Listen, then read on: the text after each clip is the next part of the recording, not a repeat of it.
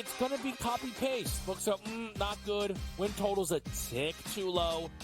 Knock it right over. Make playoff price tick too juicy.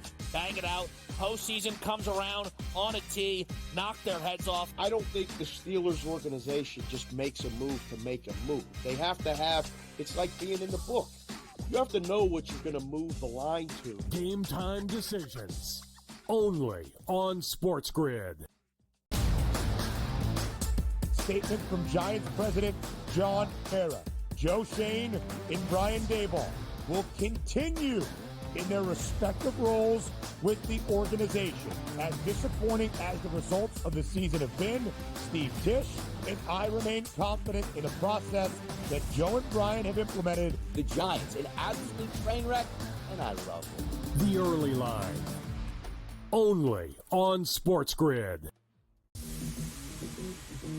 This was a team that you should have dominated. You've now lost 4 straight. You're heading into the playoffs and you're searching for answers, not just in terms of your offensive line, but your quarterback now. I just don't see this team peaking at the right time. It was almost like we were anointing Mike Tomlin as the best coach in the NFL 12 or 13 weeks in. Then once they got to the real competition and the attrition started to settle in, it's just not a good football team. Pro Football Today. Only on SportsGrid. Louis Riddick has interviewed for every job in North America. And I'm not just talking football. I'm talking about every business in North America of any kind whatsoever. Tire companies, grocery store CEOs, shopping malls, insurance companies. What job hasn't Louis Riddick interviewed for? Pharrell Coast to Coast. Only on SportsGrid.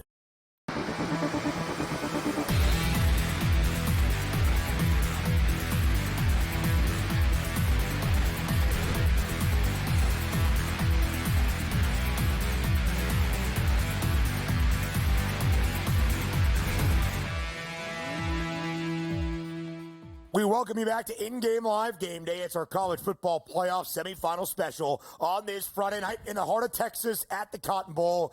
It's the Longhorns and the Buckeyes. Again, Ohio State ahead 14-7 at the halftime break because of a flurry of points in the final 30 seconds of the second quarter. First, it was Texas answering, evening up the game at 7. Quinn Ewers, 18-yard touchdown toss to Jaden Blue. And then on the ensuing offensive play for Ohio State, screen pass. Should have been nothing. It was everything. 75 yards to the house from Will Howard to Travion Henderson. The Buckeyes ahead by a touchdown at the break, 14-7. Now we'll talk the adjustments necessary for both sides entering our final 2 quarters. Again, hoping to earn that second and final spot to a national championship game a week from Monday night in Atlanta against Notre Dame. Rich, let's start with you on the Texas side. You said it right there before the break. You still feel that despite one poorest defensive play to allow Travion Henderson to break free, the Longhorns defense, in large part, a successful opening half, and Texas still has some momentum, playing much better in the final few minutes of the second quarter. What is Steve Sarkisian telling his guys right now? Defense, continue what you're doing. I mean, Will Howard has not looked comfortable in the pocket since that opening drive. Ohio State has not had explosive plays. Longhorns have done a great job of neutralizing Jeremiah Smith. Emeka Egbuka and Carnell Tate are making plays, but nothing big. They're not taking the top off the defense. Defense, fine. I think it comes down to the offense, and we said this in the pregame as well. Texas's offense is going to be the difference. I think it's the weakest unit in this game. They need to find a way to get more time for Quinn Ewers. I think Sark has to be more inventive with his offensive play calling. They have to find a way to keep Ohio State on its heels, grind away, go back to the running game a little bit. I talked about Gunnar Helm. I'd like to see more plays over the middle of the field to the tight end. I think he's their best weapon right now in the passing game. It all comes down to the offense. Close the gap, tie this game up. And the one word I wrote down in my notes in the first half, guys, when it comes to Texas is resilience. We've seen that throughout the season. We've certainly seen it in this playoffs. When they've been challenged, they've battled back. Clemson, they were always ahead, but Clemson narrowed the gap in the opener, round 1. Yeah. Texas held on. I thought Texas was great against Arizona State late, the 4th and 13 conversion. This team is not going to go away. It's a veteran team, well coached. I think they're going to be in it for 60 minutes. Yeah, and even when they made mistakes against against Arizona State, the the Camp Scadaboo halfback pass, wobbly touchdown. That was kind of a mess. Beautiful spiral. Yeah, right. It's a spiral in the box score. Yeah, so, sure. what I would say is that, to Rich's point, they're probably going to have to continue to be creative because the drop back Texas passing offense isn't going to work. Yeah. Ben mentioned and articulated very well that the beautiful pass to Jaden Blue, I think you look for some plays like that in order for Quinn to be able to create some subterfuge or some timing plays for them to be able to get the ball into the hands of some of these playmakers. The Gunnar Helm thing is nice, but the Ohio State defensive backfield has proven to be pretty stalwart. They close so fast, too. Everybody closes fast in that secondary. There has been some openings for Quinn Ewers to complete some passes that either he has missed or his teammates have dropped tonight. But there are some opportunities for us here live with a few moments at the half at the Cotton Bowl to take what we are saying about halftime adjustments and make them actionable. Because, like you mentioned, Rich, this is a Texas team that has been resilient. That game against Clemson was a single score, our only first-round game that was even within a touchdown in the fourth and final quarter. Texas, 2 plays later, a big Jaden Blue run, iced that game away and did make it 2 touchdowns. They were trailing against Arizona State in the opening overtime before that 4th and 13 conversion, and then, of course, 1 strike to Matthew Golden in that second overtime, or 2 Gunnar Helm, and then the 2-point conversion to Matthew Golden. When I look at it right now with just the live number that we are seeing, 9.5 in favor of Ohio State.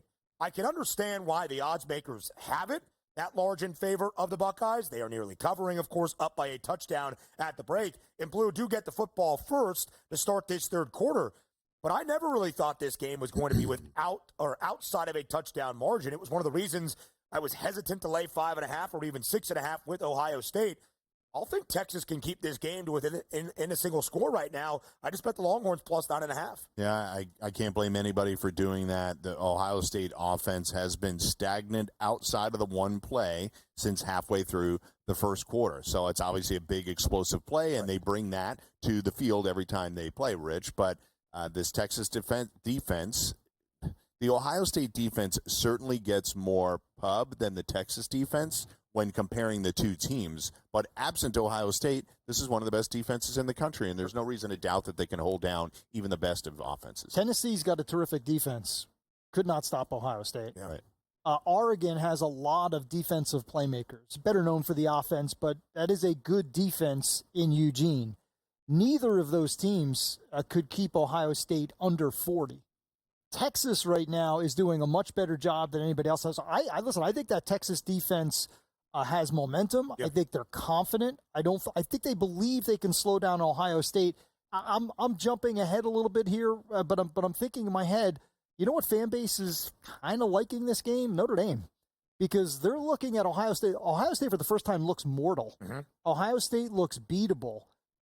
Notre Dame is going to play one of these teams on January 20th, and what looks like a long shot, and I know the odds makers have the Irish as a dog to both of those teams.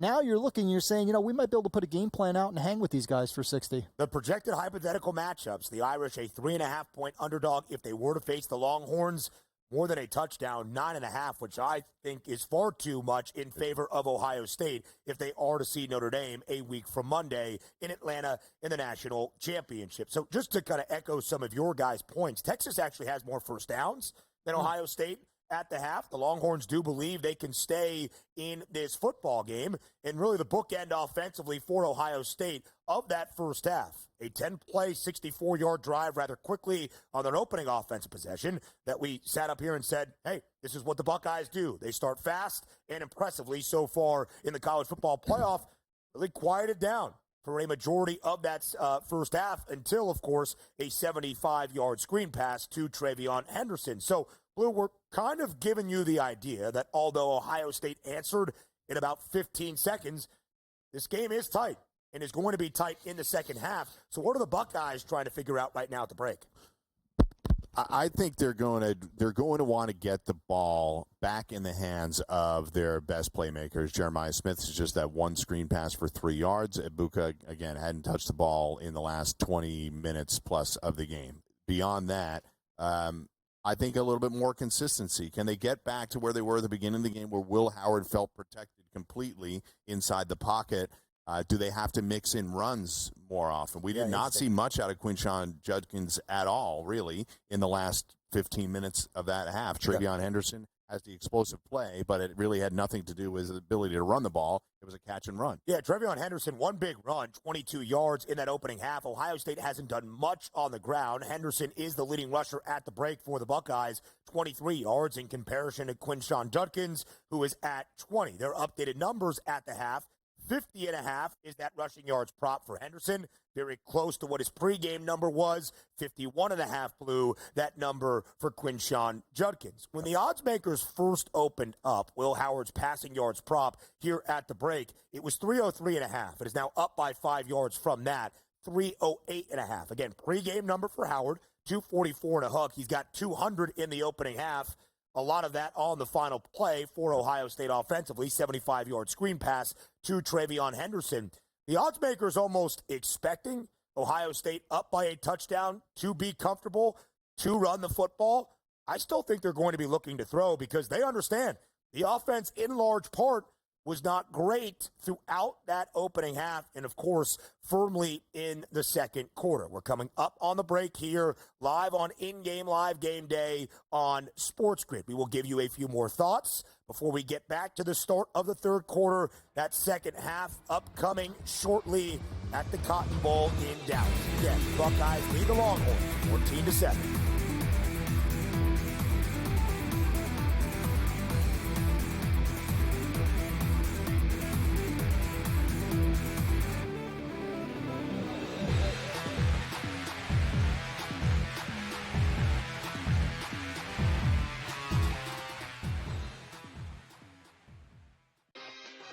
It's going to be copy-paste. Books are, not good. Win total's a tick too low. Knock it right over. Make playoff price tick too juicy. Bang it out. Postseason comes around on a tee. Knock their heads off. I don't think the Steelers organization just makes a move to make a move. They have to have, it's like being in the book. You have to know what you're going to move the line to. Game time decisions. Only on SportsGrid. Statement from Giants president John Mara. Joe Shane and Brian Daboll will continue in their respective roles with the organization. As disappointing as the results of the season have been, Steve Tisch and I remain confident in the process that Joe and Brian have implemented. The Giants, an absolute train wreck, and I love it. The early line. Only on SportsGrid. This was a team that you should have dominated. You've now lost 4 straight. You're heading into the playoffs, and you're searching for answers, not just in terms of your offensive line, but your quarterback now. I just don't see this team peaking at the right time. It was almost like we were anointing Mike Tomlin as the best coach in the NFL 12 or 13 weeks in. Then once they got to the real competition and the attrition started to settle in, it's just not a good football team. Pro Football Today. Only on SportsGrid. Louis Riddick has interviewed for every job in North America. And I'm not just talking football. I'm talking about every business in North America of any kind whatsoever. Tire companies, grocery store CEOs, shopping malls, insurance companies. What job hasn't Louis Riddick interviewed for? Pharrell Coast to Coast. Only on SportsGrid.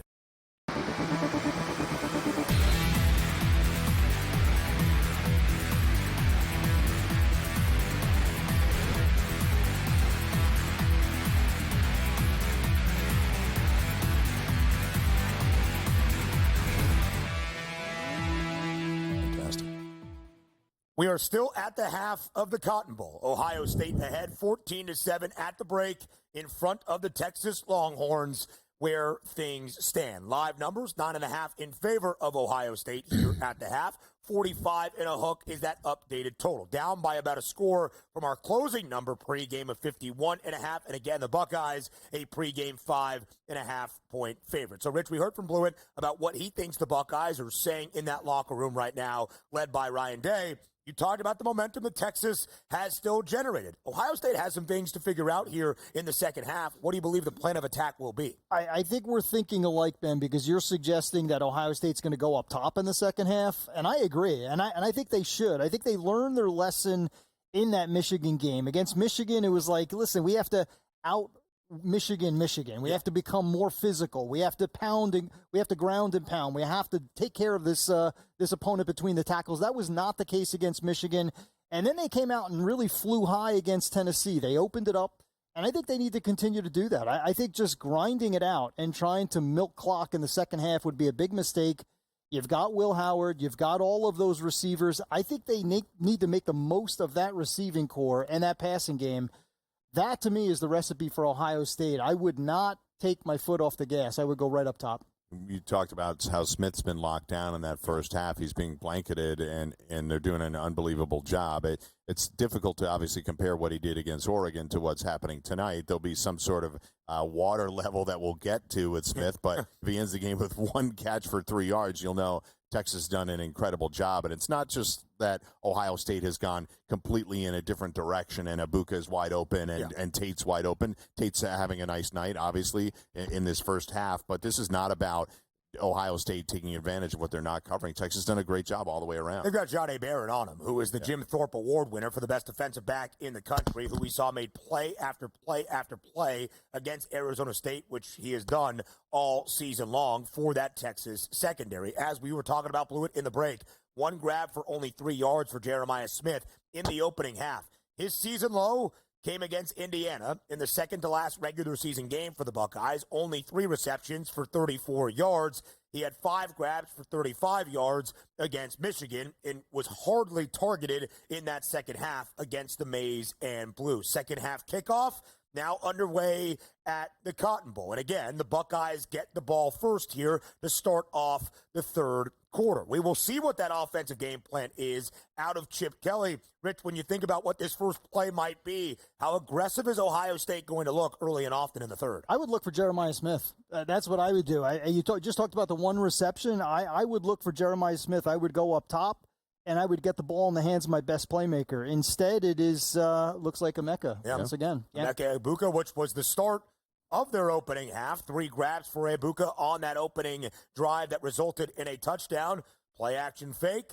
Emeka Egbuka running wild by himself, and they pick up a first down on their first play of this second half. Yeah, so we're talking, will they mix it up with Judkins and Henderson carrying the ball? They come out throwing, rolling out, and throwing right away. So they're a dynamic offense. They have the ability to be the most dynamic offense in the entire country. There's no reason to turn a blind eye to that in the second half. And we've talked so much about adjustments, right? Halftime adjustments that you make week in and week out, and certainly adjustments that you make from the largest embarrassment Ohio State has seen maybe in the last decade, but certainly of this season, losing to your bitter rivals in Michigan as a 3-touchdown home favorite because of how conservative the play calling was in the lack of offensive game plan Chip Kelly and Ryan Day really had. Positive plays, Rich, to start here. Will Howard, 13-yard completion to Emeka Egbuka, and then again a positive run to Travion Henderson for 7 yards.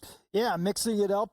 First down for Ohio State now in Texas territory. It's a great way to start the second half. I like the fact that Ohio State is building off of that last drive at the end of the first half. See if they can get points on the board here. This is critical for Texas. I don't think we've seen enough from the offense to feel comfortable that if they go down by double digits, that they can rally and pull back against Ohio State. And one of the keys will be as well, again, one of the betting markets that we love to approach live, what is that first play of scrimmage for Texas on their opening offensive drive? If Ohio State scores here, any amount of points, you got to think they come out firing. And as I say, if Ohio State scores points, a costly turnover from Will Howard. Intercepted by the Longhorns defense. So now that Texas defense starting to feel itself and playing really good football. Play made right there as I get the number and check. That's David Benda, the play for Texas of the interception on Will Howard. So what a move by by this Longhorns defense, Rich, that you said still playing with confidence despite the 75-yard screen pass touchdown to Travion Henderson. Who was Will Howard targeting? That would be number 4, the outstanding freshman, Jeremiah Smith. Yeah, and they built a fence around Jeremiah Smith. I mean, it's clear what the defensive game plan is for Texas, and that is to not let number 4 beat them. Yeah. And really, what does that say about Jeremiah Smith? I mean, this is a teenager. Yeah. And in a game of this magnitude, semifinal of the college football playoff, Texas is game planning to stop Jeremiah Smith just in his first season out of high school, which is incredible. But listen, I talked about the rhythm of Will Howard and the confidence that he had. Yeah. Looking at him on the sidelines does not look very confident right now. That Ohio State offense, minus that 75-yard play from Travion Henderson, not looking great right now. Texas with the ball with a chance to tie things up early in the second half. He really did force it in there. Yeah. And the one thing we will say about Texas thus far, we've talked about how their defense is doing a great job, Ben, but the fact that they're giving him multiple looks, at times during the first half, we saw them putting a lot of pressure on him. But early in the game, they were dropping 7-8 guys back in coverage. They did on that play where he tried to force it in between two zones of the Texas defense. And a big image out there for this Buckeyes defensive line. JT Tuimoloau is out there to begin this second half. Heavily taped left ankle after injuring it in the opening half, and right into the Texas backfield to bring down, I believe, Quintravion Wisner behind the line of scrimmage. A positive pass play to, I believe it was Wisner, to start this Texas first possession offensively of the third quarter, but now 2 negative run plays in a row for this Longhorns offense, who will be coming up with a 3rd and long. A report, by the way, with Matthew Golden not having his helmet on. Not great news for this Texas offense. Can Texas take advantage of the Will Howard INT? We'll tell you up next.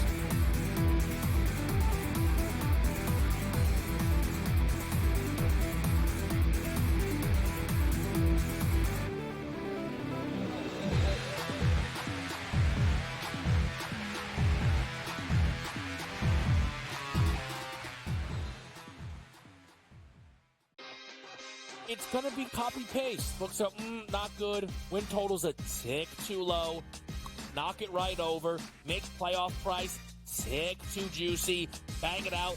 Postseason comes around on a tee. Knock their heads off. I don't think the Steelers organization just makes a move to make a move. They have to have, it's like being in the book.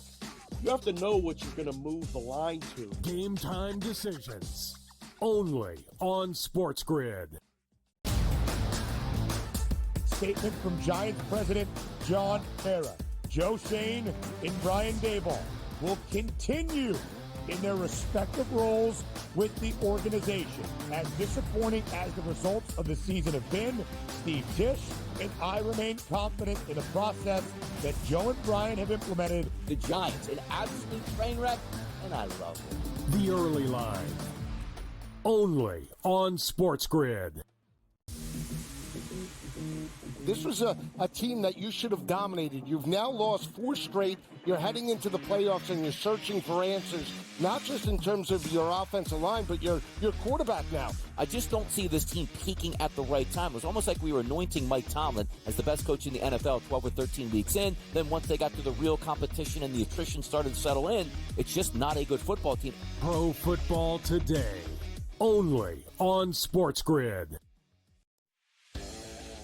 Louis Riddick has interviewed for every job in North America. And I'm not just talking football. I'm talking about every business in North America of any kind whatsoever. Tire companies, grocery store CEOs, shopping malls, insurance companies. What job hasn't Louis Riddick interviewed for? Pharrell Coast to Coast. Only on SportsGrid.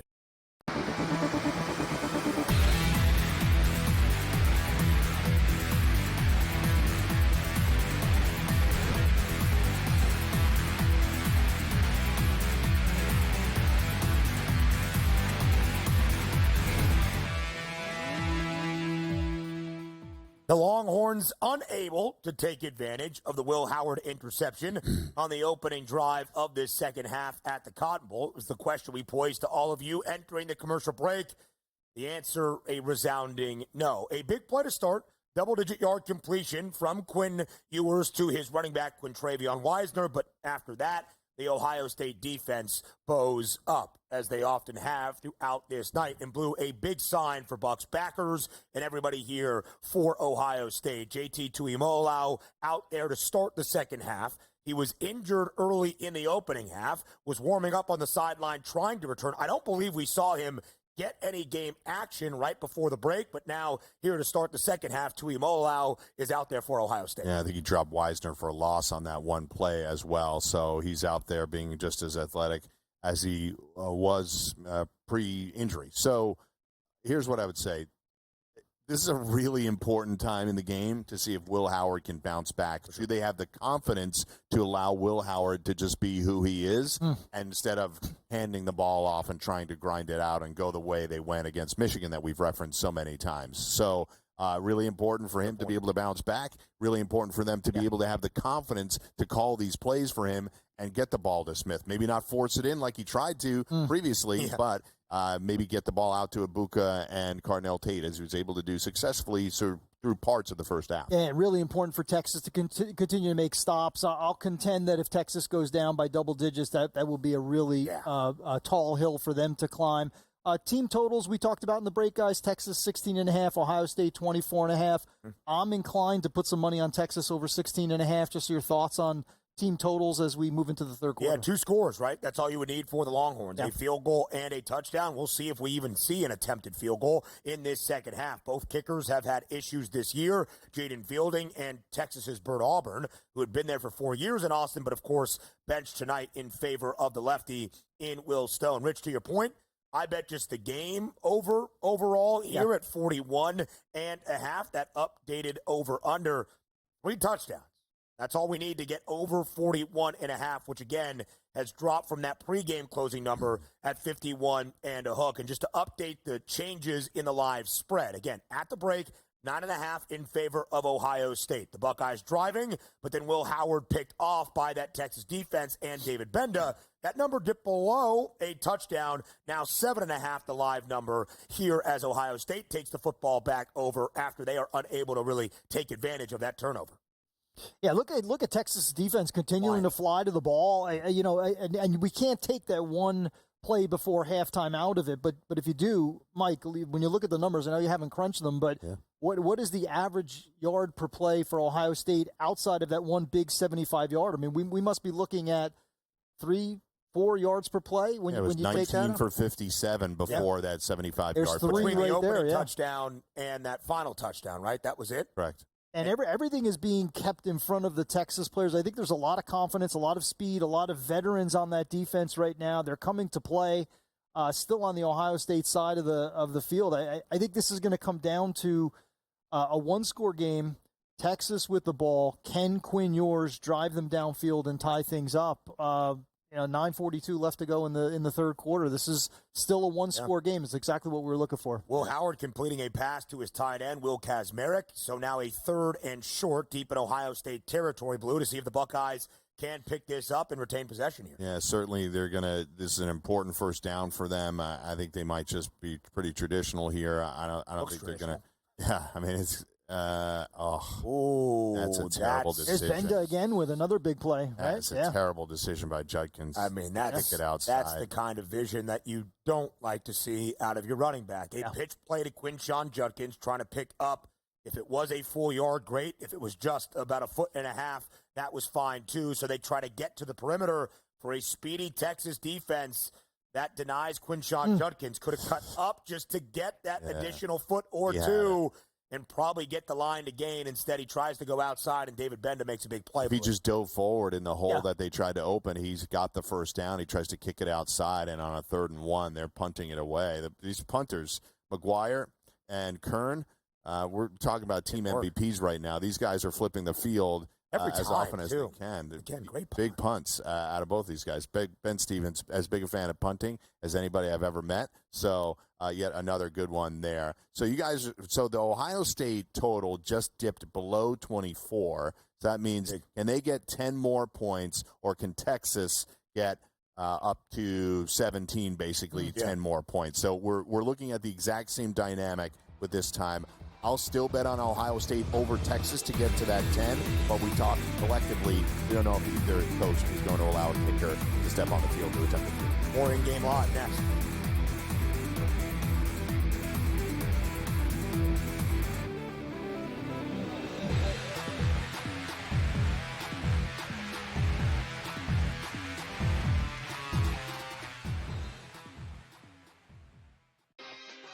It's going to be copy-paste. Books up, not good. Win total's a tick too low. Knock it right over. Make playoff price tick too juicy. Bang it out. Postseason comes around on a tee. Knock their heads off. I don't think the Steelers organization just makes a move to make a move. They have to have, it's like being in the book. You have to know what you're going to move the line to. Game time decisions. Only on SportsGrid. Statement from Giants president John Mara. Joe Shane and Brian Daboll will continue in their respective roles with the organization. As disappointing as the results of the season have been, Steve Tisch and I remain confident in the process that Joe and Brian have implemented. The Giants, an absolute train wreck, and I love it. The early line. Only on SportsGrid. This was a team that you should have dominated. You've now lost 4 straight. You're heading into the playoffs and you're searching for answers, not just in terms of your offensive line, but your quarterback now. I just don't see this team peaking at the right time. It was almost like we were anointing Mike Tomlin as the best coach in the NFL 12 or 13 weeks in. Then once they got to the real competition and the attrition started to settle in, it's just not a good football team. Pro Football Today. Only on SportsGrid. Louis Riddick has interviewed for every job in North America. And I'm not just talking football. I'm talking about every business in North America of any kind whatsoever. Tire companies, grocery store CEOs, shopping malls, insurance companies. What job hasn't Louis Riddick interviewed for? Pharrell Coast to Coast. Only on SportsGrid.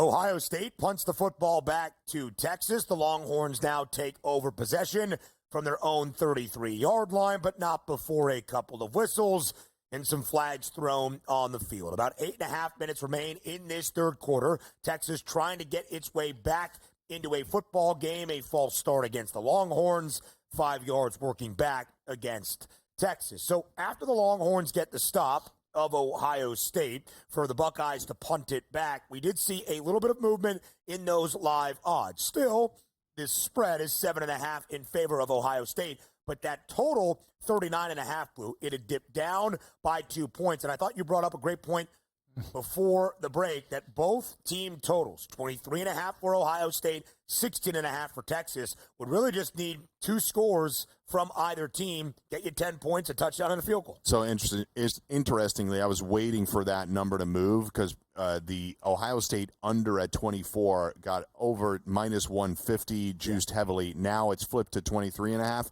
and the over is up to minus 146. Yeah. So that's a key number. Here's my question to you guys. Texas, who makes the big play here?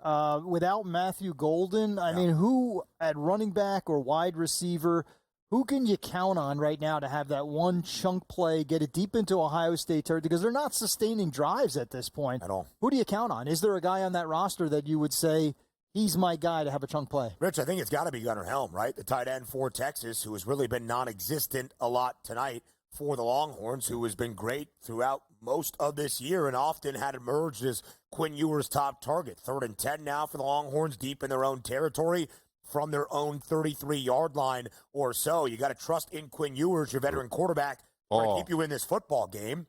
And what a play we just saw.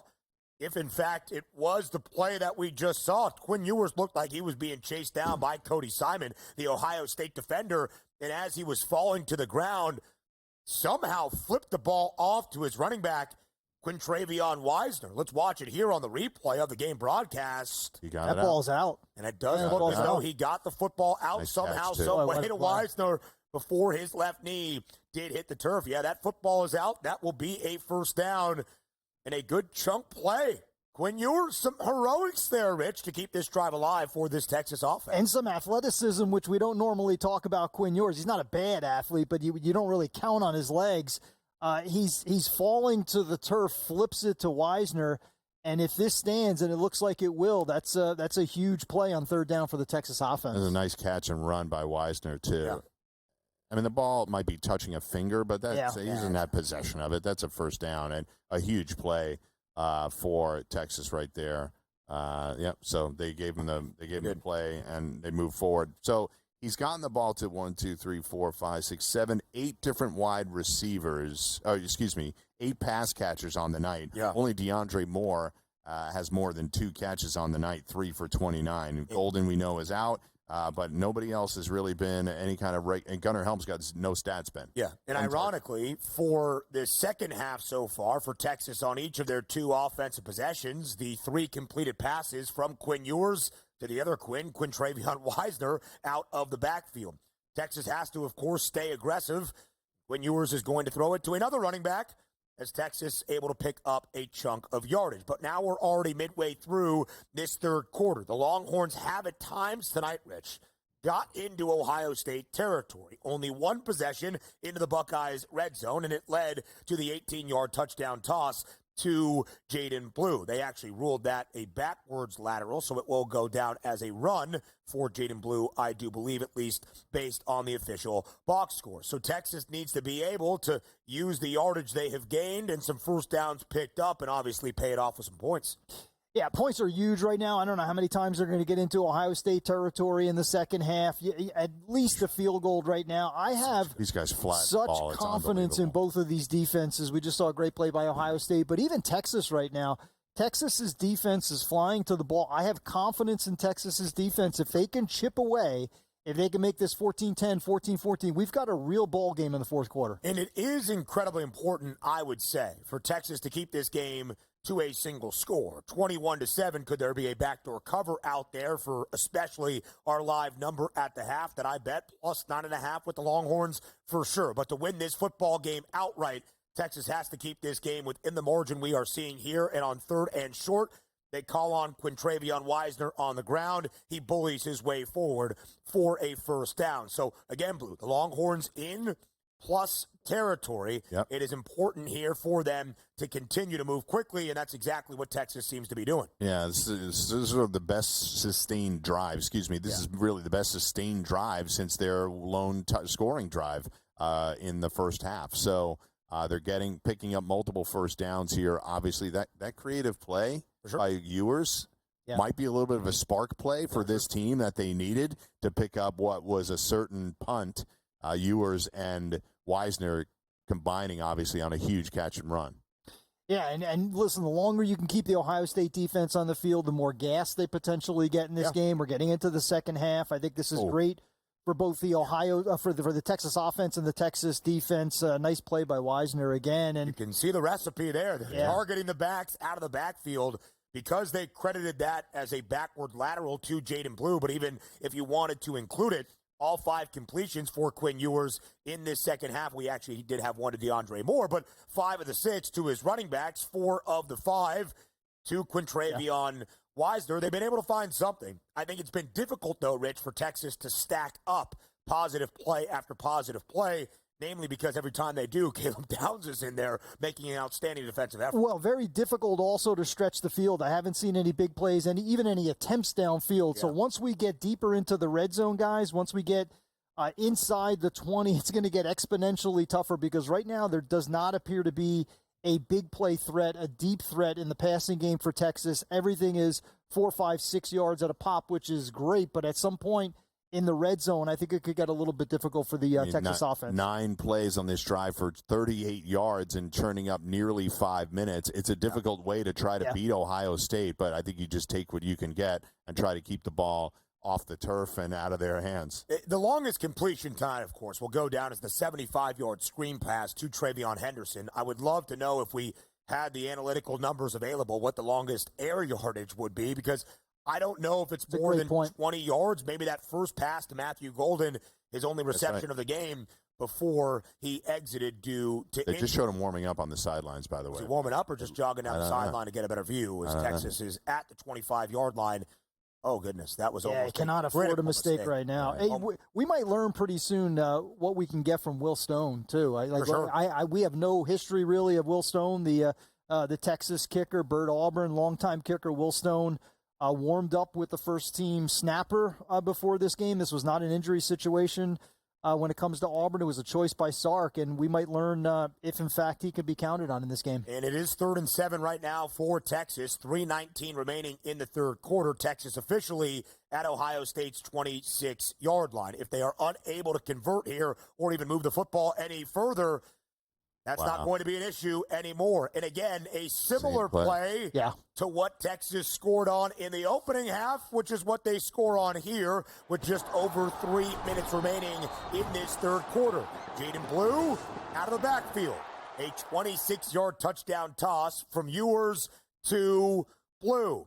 14-13 as we await the extra point try from Texas's new kicker in Will Stone. But another huge moment for this Texas team here in the second half of the Cotton Bowl. We are more than likely going to have a tie game after we return from commercial break here on In-Game Live Game Day. Right to the buzzer. Yeah, Will Stone is good.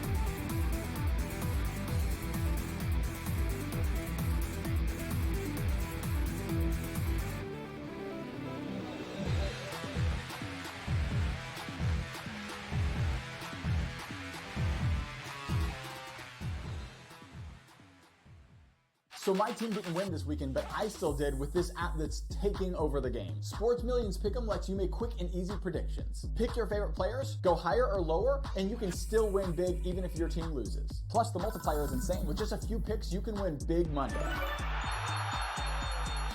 So get on it. They've got a welcome bonus to help you start off your winning streak.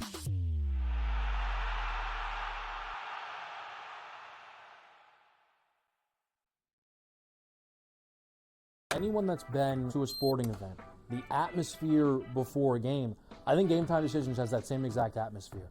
This is our arena.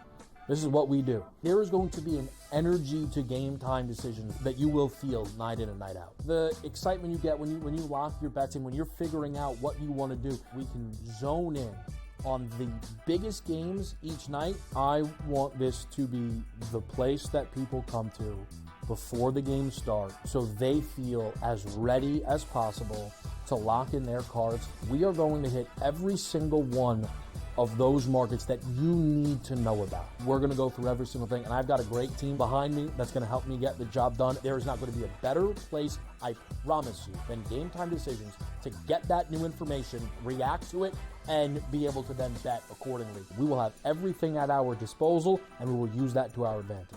I'm Kevin Walsh. Tune into Game Time Decisions from 6 to 8 p.m. Eastern on SportsGrid. Your gut says Miami is going to win, and you should take the over. Your gut also said your NFT selfies would only go up in value. They didn't.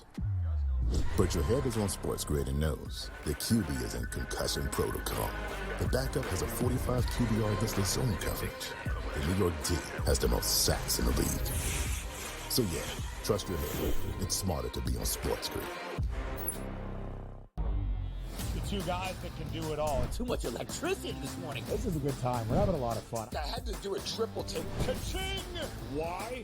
Because of parity. I didn't mean to offend. Yeah, it's not going to happen. Load management is a dirty word. Let him rip. You know what?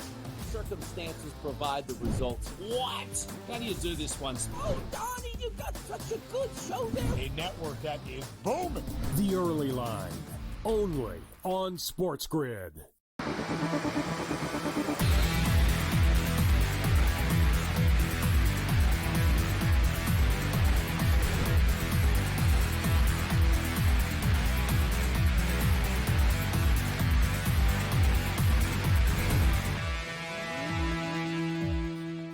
Two touchdowns scored tonight for Texas, both from Quinn Ewers to Jaden Blue. his running back out of the backfield. 18-yard touchdown in the final 30 seconds of the opening half. A 26-yard touchdown reception with just over 3 minutes remaining in the third quarter. We are all tied at 14 in Dallas inside the AT&T Stadium at the Cotton Bowl.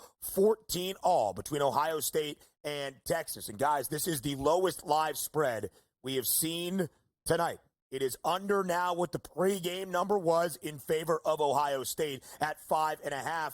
It's still north of a field goal, but it's only 3.5 in favor of the Buckeyes. Rich, there is no doubt Texas is feeling good about where they stand, not only because they have evened up this game, but really how they have played since the opening Ohio State offensive possession. It's anybody's ball game right now in the Cotton Bowl. Yeah, and I give the momentum to Texas right now. That first drive, it looked like it was all Ohio State. They had the big play to Travion Henderson. Take that out, and Texas has been the better team. They have figured out how to move the ball on the Ohio State defense. They can't go deep. They're not going to stretch the field, but it's dink and dunk. It's grind. The play by Quinn Ewers, that was just exceptional. Yeah. I mean, that was a pivotal play. That was a game changer. As he's falling to the turf, he flips it to Jaden Blue. Was it Blue or Wisner? I think Wisner there, but flips it to Wisner. I mean, they're finding ways to move the ball. I want to see what this Texas defense continues to do on this drive because Ohio State right now looks out of sync. I've lost some confidence in Will Howard. The 5.5 that I'm laying for the game total now looks like it's going to be in a precarious situation. Converted 3 third downs on that drive as well, 3 of 4 on third down. And as Rich said, they are utilizing the backs in order to pick up first downs. Ohio State, similarly on third down, 2 of 7. Both teams ineffective on third and fourth down in the first half. Yeah. But when you look at the stats right now, pretty even, 15 first downs to 11 in favor of Texas. Ohio State has 10 more yards, 272 to 262. Again, 75 yards on that one play. Time of possession, 20 to 21. So statistically, we're pretty even. The score, we are deadlocked. We do need to see some first downs start to get churned by Ohio State, if for no other reason that we haven't seen much of it at all since the first drive of the game. No doubt about it. The running backs really the only explosive players in this game, and not even on a rush attempt or on the ground, both as a receiver, both for Texas, Quintravion Wisner and Jaden Blue, and of course the 75-yard screen pass touchdown to Travion Henderson right before the break. Total on the rise ever so slightly. I bet the over at 41.5. It dipped to about 39 and a hook as the two teams exchanged a couple of punts early in the third quarter, now 44.5. We have talked often about that first play from scrimmage for a team on their ensuing possession. First play from scrimmage for Ohio State, Rich. The favorite, ever so slightly, minus 110 for a positive rush of at least a yard or greater. Completed pass at plus 185. You mentioned you've lost some confidence in Will Howard. I wonder what Chip Kelly draws up here. Yeah, why not go back to your backs? I mean, you have 2 talented backs in Travion Henderson and Quinshon Judkins. Why not take some of the pressure off Will Howard? That's what I would do. I would take the ball out of his hands. You hope that the offensive line can create some space. I wanted to throw something out to you guys and get your thoughts. The last 2 games for Ohio State blowouts, we know the Michigan game was 13-10. It was a close one. But for the most part this season, Ohio State has not played many close games. Texas has. Texas is battle-tested. Texas has the muscle memory, even when they've lost games like the SEC title game to Georgia. Texas has been in these games. Ohio State has not. How much does that factor into the rest of the game? I think it's a real factor, but one thing that we talked about earlier in this game is Carnell Tate. Halftime. I'm sorry, folks, to toot my own horn here, but we're feeling good. At the end, flag. That's a post. That's after. That's after the play, but I'm not sure who it's on. Is Ohio State? Are they going to bring it all the way back? Well, Ryan Day does not look happy. Yeah. It looks as though. Carnell Tate catches a pass for about 13 yards, and I think we immediately are going to get a personal foul to bring it all the way back. Yeah, geez, back to the original line of scrimmage. So a first down that gets pushed all the way back. It will remain first down, but they lose yardage on the net of the play. Oh, really? On that offensive lineman for clearing everybody out at the end of the play? He's wrapped up by multiple players. That's a wild call.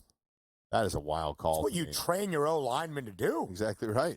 you give the Hog Mollies an opportunity. Yeah. So it was a gang tackle, and Austin Zayerfeld is going up there to help out his guy, trying to push him forward. So disagree with that. Six penalties for 65 yards. I'm with Ben. I totally disagree with that call. We'll see where we can go. But again, we have to find. Wow! Goodness. So Texas's defense is just stepping up in a huge way. Again, Rich, we're just not seeing any consistency out of Ohio State. No. 2 steps forward, 1 step back. They're just going to have to rack up some first downs, not something they've done a lot of recently. Yeah, we got the obligatory McConaughey shot on the sideline. It's been a while. I don't know what the under-over was for that. Was it like 3.5 for how many times we would see McConaughey on the sidelines? Listen, this was Vernon Broughton now coming straight up the middle. Yeah. Will Howard, very lucky that he got that bounce on the fumble. But again, at the line of scrimmage, Texas has been dominant at the point of attack. That Ohio State offensive line, which was so good in the first 2 playoff games, that rotation that we talked about, now they're starting to show some fatigue. They're starting to have some problems. Texas dominating at the line of scrimmage, and it looks like it's going to be a 3rd and long, Mike, for Ohio State. Yeah, one point I wanted to make is that, and this is, guys, something we discussed before the broadcast even started, is that as dominant as Ohio State was, in college, we sometimes see it being difficult week over week for teams to play at the high level that they played at. And as good as they were against Oregon and Tennessee, they're facing a higher level opponent here. And to keep your the efficiency that they displayed in those 2 games up for a 3rd game in a row, obviously easier said than done. They have not done it. Yeah. We will say at the end of the day, they were not as good as they were in those previous 2 games, regardless of the outcome, and it starts to make you want. And now they're going to have to punt. Defense. They're feeling it. Texas is feeling it right now. Again. Oh, yeah. Hand up on 3rd and 15 as Will Howard was actually just kind of looking to dump it off to his running back, Travion Henderson, out of the backfield. Ohio State going to have to punt the football back to Texas. What I was doing right there as that conversation was happening, I'm looking to bet Texas to win the national championship right now as I have my Ohio State ticket seeming like it might be in danger. More on SportsGrid next.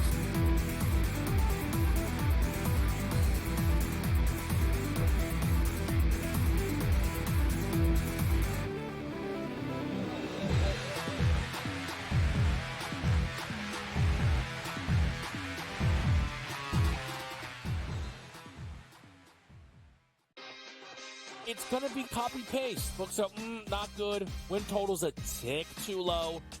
Knock it right over. Make playoff price tick too juicy. Bang it out. Postseason comes around on a tee. Knock their heads off. I don't think the Steelers organization just makes a move to make a move. They have to have, it's like being in the book.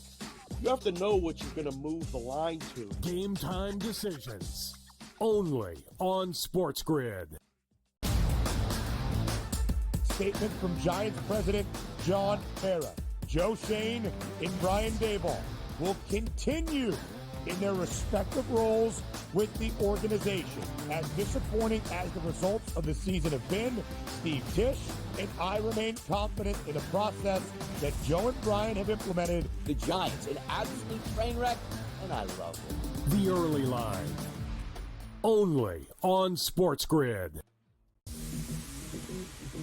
This was a team that you should have dominated. You've now lost 4 straight. You're heading into the playoffs, and you're searching for answers, not just in terms of your offensive line, but your quarterback now. I just don't see this team peaking at the right time. It was almost like we were anointing Mike Tomlin as the best coach in the NFL 12 or 13 weeks in. Then once they got to the real competition and the attrition started to settle in, it's just not a good football team. Pro Football Today. Only on SportsGrid. Louis Riddick has interviewed for every job in North America. And I'm not just talking football. I'm talking about every business in North America of any kind whatsoever. Tire companies, grocery store CEOs, shopping malls, insurance companies. What job hasn't Louis Riddick interviewed for? Pharrell Coast to Coast. Only on SportsGrid.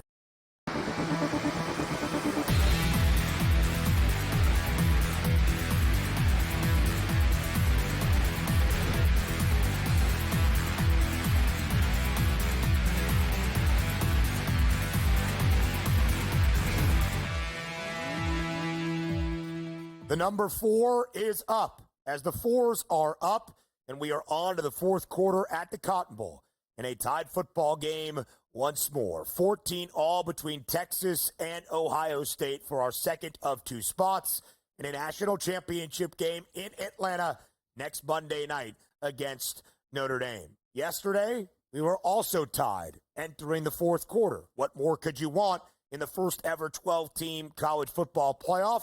And now in the semifinal round, here we find that once again. We'll focus on this game in just a moment, but I do often like to make a point as we have a commercial break moving from the third to the fourth quarter. There was a lot of conversation about the 12-team format and the seeds and the blowouts that we saw in the opening round that continued really in large part in the quarterfinals as well. But we wanted to have football games be decided on the actual field in the expanded era of the college football playoff. And that's what we are seeing. The best teams in the country finding ways to win, to advance now through a bracket to play their best football at the end of the year. And we are getting the semifinal games to deliver. The teams that earned a right to be in the college football playoff that were not at a true national championship echelon were eliminated. And that's what we are seeing here in the semifinal round of the college football playoff. So now back to this game. 14 all, Ohio State and Texas. The Buckeyes remain a live favorite, but just 2.5 points. And Rich, only minus 125 on the money line, minus 102 on the other side for the Longhorns. This game nearing a live pick'em, meaning it's a toss-up as we start the final 15 minutes in Dallas. Yeah, I mean, listen, if you're talking about just purely momentum, money belongs on Texas right now. Texas has the ball. I think Texas has the momentum. They're playing better defense than Ohio State. Ohio State does not look like they have a lot of juice, like they have a lot of energy at this point. Texas does. We'll see if they can sustain it. Again, just like we talked about throughout this broadcast, it's really going to come down to Quinn Ewers. Even more now than ever, without Matthew Goldwyn, someone who can really stretch the defense, he's going to have to improvise ways to make plays, whether that's with his legs, little dump-offs. He's doing it so far. I've been impressed by Texas. Again, the word I keep coming up with is resilience. They've been resilient as any team that I've seen so far this season that are showing again tonight. Quickly, Ben, love the 12-team playoff. We have blowouts in every sport in the opening round. To me, I don't have a problem with that. Let's change the seeding, though, moving forward. Seeding, I think, should be different in terms of the first 4 buys. Wildcard weekend last year featured many blowouts, so I don't subscribe to anything that people are complaining about the first round. That's going to be the nature of it. I'm sure we'll get some thrillers in future years, and there's things to be changed. Matthew Golden comes out to start the fourth quarter, and they go right to him, incomplete on that play. I will say now that Texas has the ball in very good field position again, their own 39, I believe, to start it.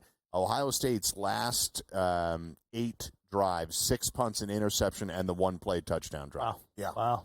And that was interesting because Matthew Golden back into the game for the first time since he exited early in the opening quarter.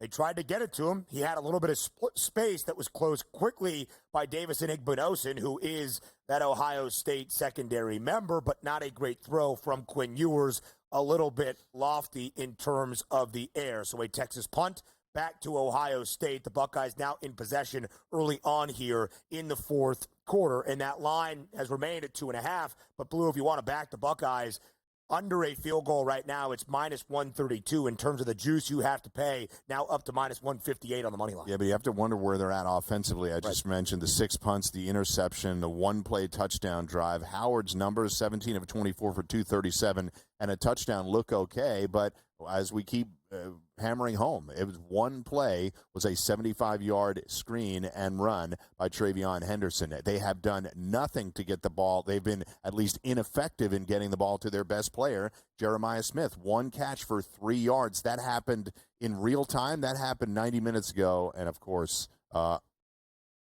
that's not a call. Yeah, no flag. That should not be a pass interference. That was a really great acting job by the veteran wily wide receiver, Emeka. And their feet got tangled up. That did not look like pass interference. That's a terrible I thought that was call. Incidental content, and frankly, not even a contact. Well, maybe not even catchable. Let's see the replay here. A little stop and go. Maybe there. All right. See, that's why you need the replay.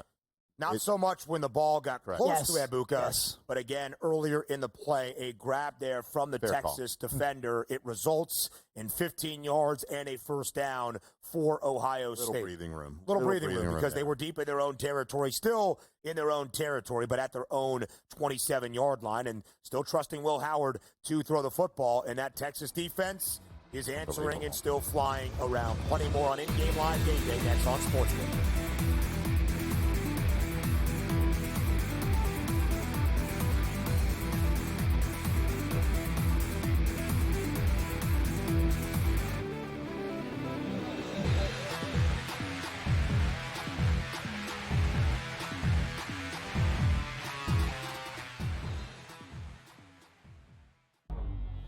Two guys that can do it all. Too much electricity this morning. This is a good time. We're having a lot of fun. I had to do a triple take. Ka-ching! Why? Because of parity. I didn't mean to offend. Yeah, it's not going to happen. Load management is a dirty word. Let him rip. You know what? Circumstances provide the results. What? How do you do this once? Oh, Donnie, you got such a good show there. A network that is booming. The Early Line, only on SportsGrid. Anyone that's been to a sporting event, the atmosphere before a game, I think Game Time Decisions has that same exact atmosphere. This is our arena. This is what we do. There is going to be an energy to Game Time Decisions that you will feel night in and night out. The excitement you get when you lock your bets in, when you're figuring out what you want to do, we can zone in on the biggest games each night. I want this to be the place that people come to before the games start so they feel as ready as possible to lock in their cards. We are going to hit every single one of those markets that you need to know about. We're going to go through every single thing, and I've got a great team behind me that's going to help me get the job done. There is not going to be a better place, I promise you, than Game Time Decisions to get that new information, react to it, and be able to then bet accordingly. We will have everything at our disposal, and we will use that to our advantage. I'm Kevin Walsh. Tune into Game Time Decisions from 6 to 8 p.m. Eastern on SportsGrid. Wild Card Weekend kicks off with pro football today at 10 a.m. And you know SportsGrid will have you covered the entire way. Join In-Game Live during the Chargers and Texans matchup at 4 p.m. for in-game betting opportunities. And right after, the Steelers and Ravens continue their historical division rivalry. Taking a look at some in-game betting opportunities in terms of the prop market. Don't miss a second, only on SportsGrid.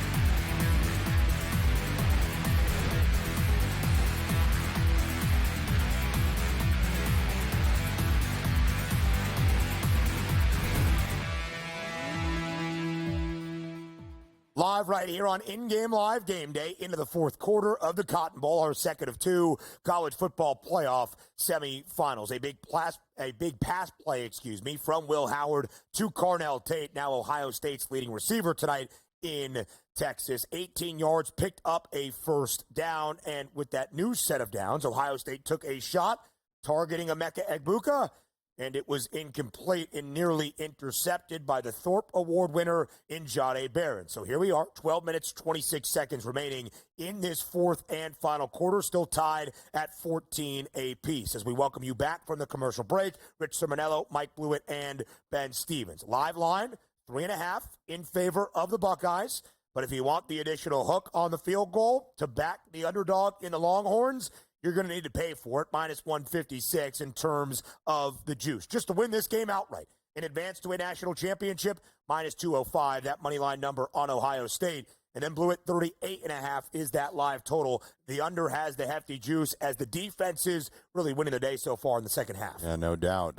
We still see an ability for either team to consistently pick up yards and grind out first downs. Texas on their previous scoring drive did a great job of it, picking up converting on multiple third downs. But Ohio State, aided by that penalty at the beginning of this drive, we'll see what they can do to convert as they move forward. But again, no Jeremiah Smith. Yeah. Can't get the ball to Egbuka with any kind of consistency. And Carnell Tate, of all the guys that we expected to be consistently touching the ball tonight, 7 catches for, 87 yards? Yeah. So with a long of 18 yards. The Henderson play, we know he has the explosive 75-yard touchdown catch and run. He's got 6 carries for 42 yards, so his stat line looks good, but he hasn't been a big factor throughout the game. In fact, he got benched by his coach for taking a bad penalty early in the first half, and he was off the field. I thought Ben brought up a great point earlier about the time that the ball was in the air, the aerial yardage for both of these quarterbacks, but especially Will Howard. You know, most of that 75-yard play to Travion Henderson was yards after the catch. There haven't been a lot. I just want to make one macro comment, get your guys' take on it. I love the fact that in these semifinal games, defenses have largely dominated. You know, we're in an era where it's all about the quarterbacks, the offensive ingenuity, the explosiveness on offense. But tonight, the defenses have dominated.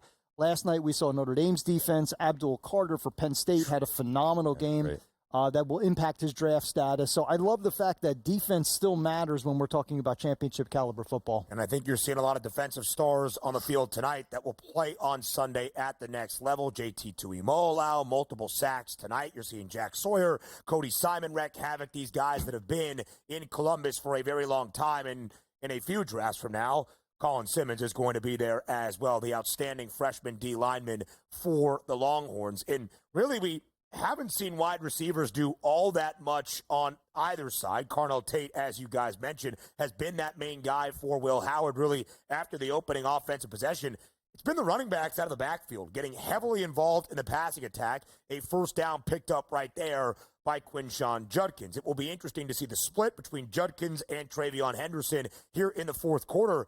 They really also haven't elected to run the football throughout this second half, that being Ohio State, certainly not on this possession. Howard targeting Carnell Tate once again, incomplete. Live number 3.5 in favor of Ohio State. Total working its way down as the offense is stalling, 37.5. Blue, we talked a lot about the team totals for both of these teams updated early in the third quarter. 23.5 for Ohio State. They would need 2 scores. 16.5 for Texas. The Longhorns would also need 2 scores. We haven't seen those 2 scores. In fact, Ohio State held scoreless so far in the second. Second time we saw Judkins on a play give up yardage trying to make an extra move. The funny thing about, look, we've talked a lot about how Tate is having a nice game, but every time we see Smith, and they just highlighted it on the broadcast, he's being bracketed. So it's not for lack of effort or lack of Ohio State not looking in his direction. They're doing everything they can to lock him down. Ben, it would be really difficult for me to see anybody piling on 10 points at this point, and it's just a killer penalty. We have gotten to the point now with Ohio State where these penalties are a huge factor. They have, I think, 8 penalties now. That's unusual for them, and a couple of false starts here.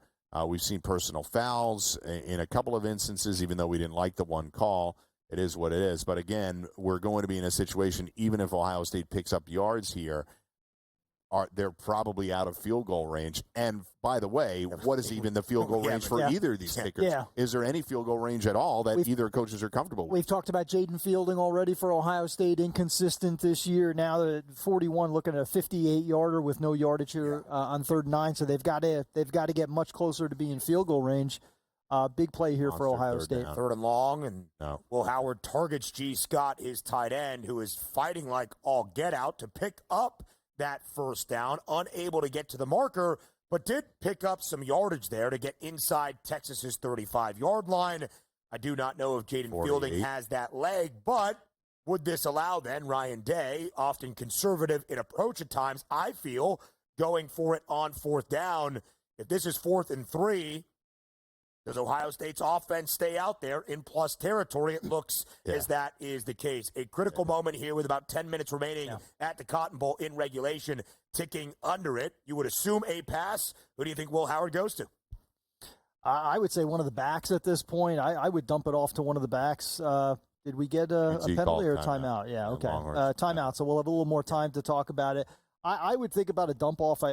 Texas has done such a good job with the wide receivers of Ohio State. The fact that Carnell Tate is having a career game tonight speaks to how they've really controlled, even Egbuka, some plays early, but really haven't talked much about him recently. 3 grabs on that opening drive for, I believe, 23 yards, 28 yards. 3 for 30. 3 for 30 on that opening drive. That, of course, was a quick touchdown for Ohio State. The offense outside of the 75-yard screen pass to Trevion Henderson has not done much since. Just looking at Jaden Fielding, by the way, in his second full year with Ohio State as one of their kicking options, 11 of 15 field goals this year. He's only attempted one from 50-plus. That was against Tennessee, and it was not good. He missed, of course, 2 field goals from less than 40 yards against Michigan in that rivalry loss. So I don't believe it is somebody necessarily that Ohio State has full belief in, especially attempting one from distance. 4th and 3 here. I would still expect Blue on the other side of this timeout and commercial break. The Buckeyes have the offense out there trying to pick up the 4th down and extend this drive. Yeah, I don't think there's any opportunity, any chance that he kicks a field goal here. Too risky at this point. And 3 yards for a first down and maintaining a drive, at least getting the kicker at some point, getting a kicker closer. But we're under 10 minutes now. This is it's do or die time for these offenses. And you're talking about the backs, but we've seen Quinshon Judkins make some questionable decisions in running the ball. I don't know who you're going to trust at this point. Trevion on the field, we'll see when they come back out. What do you do if you're the Texas defense? I mean, do you call a blitz at this point? They've been flying around so well, and whatever Pete Kwiatkowski figured out at the half to really have this Texas defense flying around, making stops, and holding Ohio State scoreless has worked really, really well. They haven't put a lot of pressure on Will Howard for the majority of the game, a couple of sacks throughout. I think you're targeting and you're looking at those backs out of the backfield, and as we have seen, you trust the Thorpe Award winner in Jahdae Barron to lock down Jeremiah Smith. You bracket the coverage, and it's worked with success all night long, Blue. No doubt about it. I'm starting to think ahead, too, with this game. I'm starting to think more about the Notre Dame matchup. I know we can settle that post-game, but I'm starting to think which team matches up better against Notre Dame right now. Obviously, people were trying to crown Ohio State before this game even kicked off, but now I'm starting to think who might match up better against Notre Dame. Would Texas create more problems than Ohio State would? And again, those hypothetical projections for what the lines would be for a week from Monday night, the national championship game at Mercedes-Benz Stadium in Atlanta, it would be a 9.5-point spread ahead of the game in favor of Ohio State, 3.5 in favor of Texas. We'll see if those are the lines by the time we get to our conclusion at the Cotton Bowl. But that's most important in a tied game in the 4th. Stay tuned here on SportsGrid.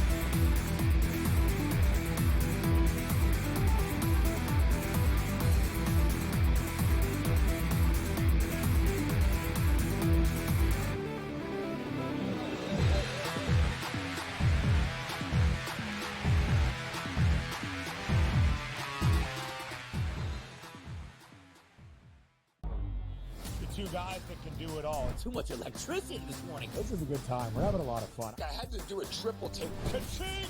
Why? Because of parity. I didn't mean to offend. Yeah, it's not going to happen. Load management is a dirty word. Let him rip. You know what?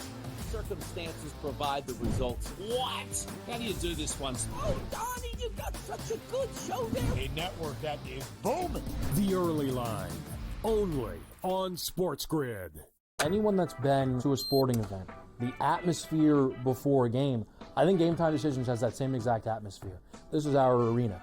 This is what we do. There is going to be an energy to Game Time Decisions that you will feel night in and night out. The excitement you get when you lock your bets in, when you're figuring out what you want to do, we can zone in on the biggest games each night. I want this to be the place that people come to before the game starts so they feel as ready as possible to lock in their cards. We are going to hit every single one of those markets that you need to know about. We're going to go through every single thing, and I've got a great team behind me that's going to help me get the job done. There is not going to be a better place, I promise you, than Game Time Decisions to get that new information, react to it, and be able to then bet accordingly. We will have everything at our disposal, and we will use that to our advantage. I'm Kevin Walsh. Tune into Game Time Decisions from 6 to 8 p.m. Eastern on SportsGrid. Wild Card Weekend kicks off with Pro Football today at 10 a.m. And you know SportsGrid will have you covered the entire way. Join in-game live during the Chargers and Texans matchup at 4 p.m. for in-game betting opportunities. And right after, the Steelers and Ravens continue their historical division rivalry. Taking a look at some in-game betting opportunities in terms of the prop market. Don't miss a second, only on SportsGrid.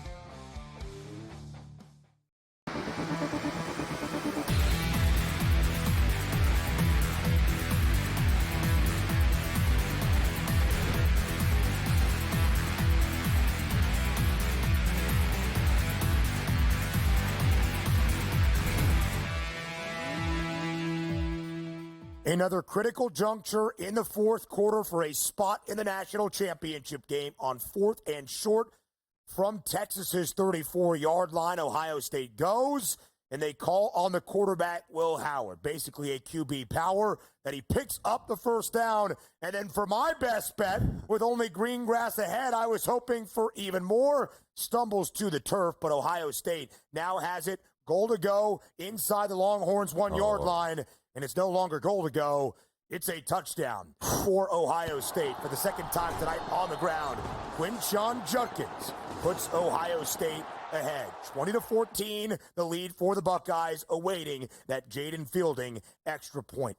13-play, 88-yard drive that took up 7 minutes and 45 seconds of game time. Big Ten bruising football. Mike Blewitt at the end paid off with a rushing score, the second of the night for Judkins. Speaking of Big Ten, little bit of deja vu. I know it's not exactly the same, but we sat here a year ago covering the Rose Bowl we did, and J.J. McCarthy had a huge answer drive in order to tie up Alabama to force that game into overtime.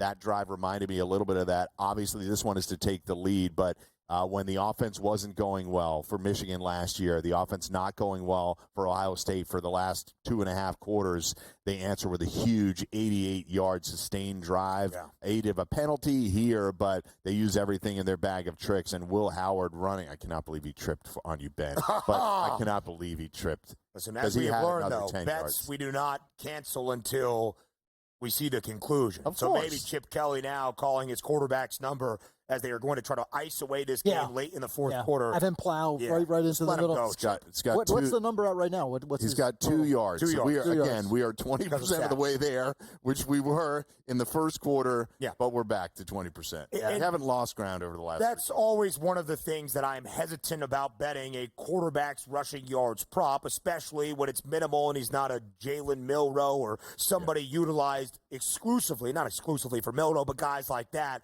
on the ground. Sack yardage is taken into account. But I felt pretty good about a lack of sack yardage because Will Howard had not been sacked so far in the college football playoff, and I figured that Texas, who had struggled with rushing quarterbacks in the few games they had seen athletic guys this year, Sam Leavitt had 60 in the Peach Bowl for Arizona State. Will Howard might be able to go over that number, and had that turf monster not eaten him up, Rich Cirminiello, he probably picks up 16 himself to hit later. But ultimately for Ohio State, the more important thing, second rushing touchdown of the night for Quinshon Judkins and a 7-point lead with 7 minutes remaining in regulation at the Cotton Bowl. Championship drive right there, potentially. Now it's on the Ohio State defense, but 88 yards, milking the clock, 7 minutes coming off. Great analogy that you drew to last year in the Rose Bowl with Michigan. It was a very similar drive. Now, you know, it's up to Texas. Gets it to Gunnar Helm. Gunnar Helm. There you go. He's on the board. You got plenty of time. You got 2 timeouts. It's really up to Texas right now.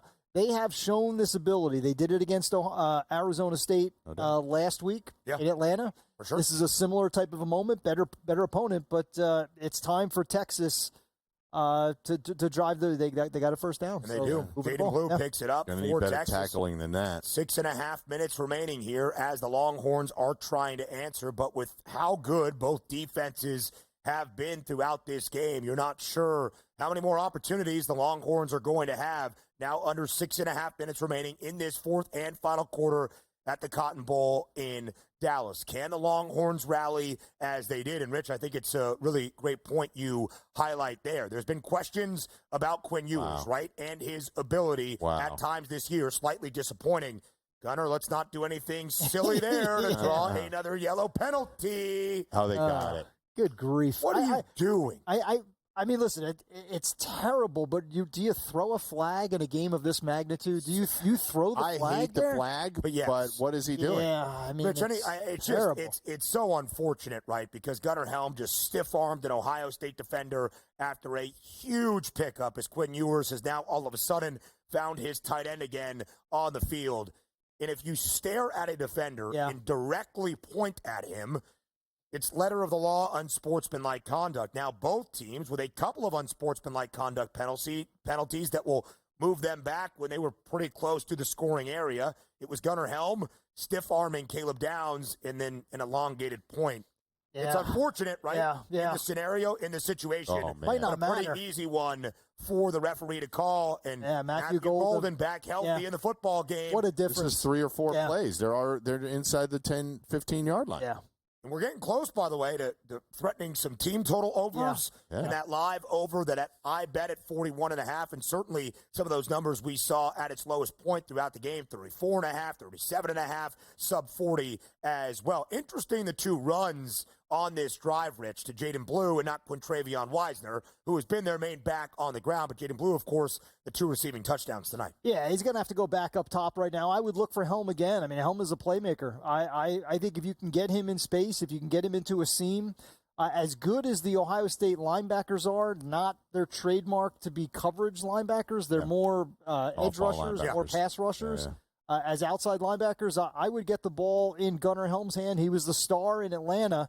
I think this is an opportunity for him. He is on the field at the bottom of the screen. Yeah, 4 plays, 62 yards. They're all the way down the field, and they go right back to Jaden Blue. Yeah. What a wonderful drive by Texas. Yeah, they kind of wiped out the Helm penalty already, and they're been inside the 10-yard line, I believe. Both of our quarterbacks over their pregame passing yards numbers, substantially so. Will Howard, 24 of 33 for 289 yards. Quinn Ewers, 22 of 35 for 277. 240 to hook for Ewers pregame, 244.5 the number on Howard. Again, I bet Quinn Ewers 250 plus at the half, expecting Texas in a trailing position to have to throw the football. They have done that well here. And, Rich, there were so many times even late in the fourth quarter against ASU in the Peach Bowl where Burt Auburn cost them opportunities to win in regulation, that Texas was able to move the football through the air and set themselves up in scoring spots to try to win it in regulation.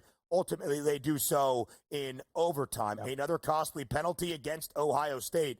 They're flirting with near double-digit penalties tonight. That on the safety linebacker combo specialist, Lathan Ransom, in the end zone. Texas is going to be very, very close to scoring yet another touchdown to tie this game. Fourth quarter of the Cotton Bowl. It's a good one.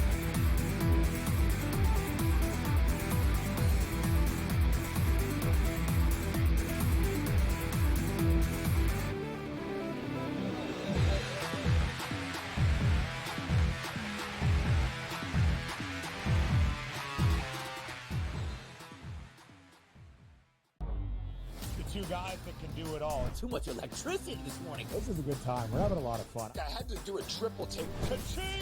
Why? Because of parody. I didn't mean to offend. Yeah, it's not going to happen. Load management is a dirty word. Let him rip. You know what? Circumstances provide the results. What? How do you do this once? Oh, Donnie, you got such a good show there. A network that is booming. The Early Line, only on SportsGrid. Anyone that's been to a sporting event, the atmosphere before a game, I think Game Time Decisions has that same exact atmosphere. This is our arena.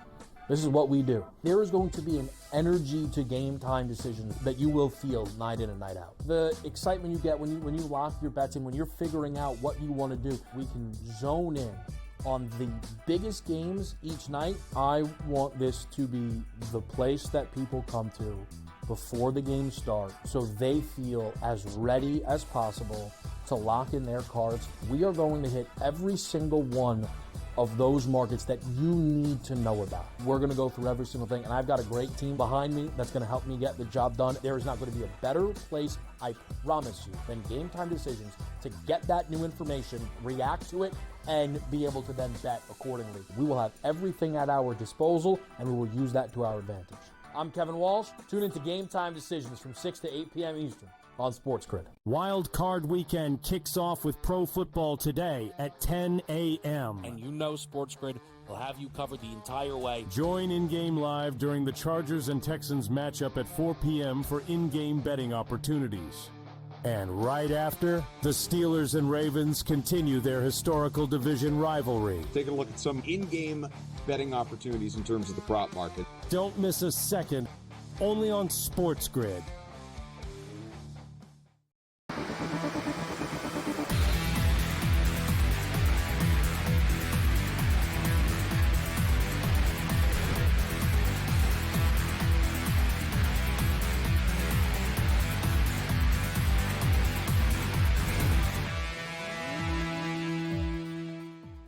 Live right here on In-Game Live Game Day on SportsGrid. Fourth and final quarter in the Cotton Bowl to determine our second and final spot in a national championship game a week from Monday. Right before the break, we told you about the penalty on Lathan Ransom, pass interference in the end zone, moved Texas to the 2-yard line. Next play, Quinn Ewers looking for Matthew Golden, another PI call against the Buckeyes defense.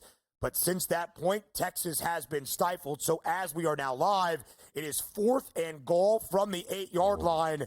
And the Ohio State defense makes yet another play that is going to more than likely send the Buckeyes to a national championship. Wow. Jack Sawyer, a strip sack of Quinn Ewers on 4th and goal from the 8. And Sawyer takes it back the other way. 92-yard scoop and score for the longtime Ohio State edge rusher for the Buckeyes. Ohio State now leads 27-14, awaiting yet another Jaden Fielding extra point with 2 minutes and 13 seconds remaining. A goal line stand that if Ohio State advances to a national championship, they will remember forever, guys, in Columbus. Well, as a friend of mine likes to say, life comes at you fast. 1st and goal on the 1-yard line, goes to 4th and goal from the 9, and Sawyer sack, fumble, scoop, and score. I don't know that he's going to want to clock that 40. He was taking his time on the way down the field. That was like about a 5-5. Nobody was 40, near him. He had a convoy, and, Rich, that was just a tremendous play by a big-time player. Yeah, listen, I got to go back to the play calling. I'm glad you did as well, Mike. The play calling for Texas at the 1, when you're ready to punch it in, why do you go and stretch it out on that running play? That changed the whole dynamic of that drive. Set up this play by Jack Sawyer. And again, barring a miracle, looks like we're going to have Ohio State against Notre Dame, Marcus Freeman against his alma mater. No doubt about it. And Jack Sawyer, in a moment where it was most needed, makes a huge play. The Ohio kid who grew up an Ohio State fan makes the play for the Buckeyes. The strip sack of Quinn Ewers, and he takes it back 92 yards the other way. We have talked often tonight about the veteran experience around this Ohio State roster of that very talented recruiting class that is yet really to reach its peak in Columbus. Jack Sawyer is playing in his 54th collegiate game for Ohio State and has made play after play for the Buckeyes for a very long time. But, Blue, none bigger than the play he just made. No doubt about it. And I think in the new era of college football that we're in now, NIL, transfer portal, these types of stories are somewhat lost over time. Jack Sawyer is from Pickerington, Ohio, 17 miles from campus. He committed to the Buckeyes when he was a sophomore in high school. The guy lives and breathes Buckeye football for his entire life, and he makes the biggest play that they've had in quite a long time. Yeah, and a big picture for me, guys, this is exactly the kind of victory that I think Ohio State needed. Of course, any victory is going to be great when you're on your way to a national championship, but this is the first time they've really been challenged. They've been tested. It's late in the fourth quarter. Texas driving with an opportunity to send this game into overtime, and Ohio State delivered. I think that's huge. Now they have the blowout wins. They show that they have all of the blue chip talent. They also have the gut check win if it ends this way over Texas, which is huge as they move one step closer to a possible national championship. Rich, you talked all night about the resiliency of Texas, and that was a calling card for them. Ohio State showed some tonight. They did not have their fastball. They respond with a massive offensive drive and come back with a goal line stand of a generation. A goal line stand of a generation for Jack Sawyer, an Ohio State generational fan, now making the most significant play for his school they had seen in probably a decade. Sawyer, who grew up in the Columbus area, who dreamed of playing for Ohio State, more than likely sends the Buckeyes to their first national championship in 10 years. And what a moment it was for Ohio State. We'll have some time to settle things down with where the live line is on the other side of the break. But to both of your points, not just the Ohio State defense bowing up, but some very questionable offensive decisions by Steve Sarkisian. First and goal from the 1. Who was the back? Jarrett Gibson. Yeah. The biggest back they have, but a freshman. And Quintravion Wisner has been running like crazy throughout the second half. Then they try to pitch it outside to Wisner. The speed of Ohio State's defense makes a play. An incomplete pass for Quinn Ewers on 3rd and goal. And the Columbus kid, Jack Sawyer, might send Ohio State back to a national championship. We continue here on SportsGrid National.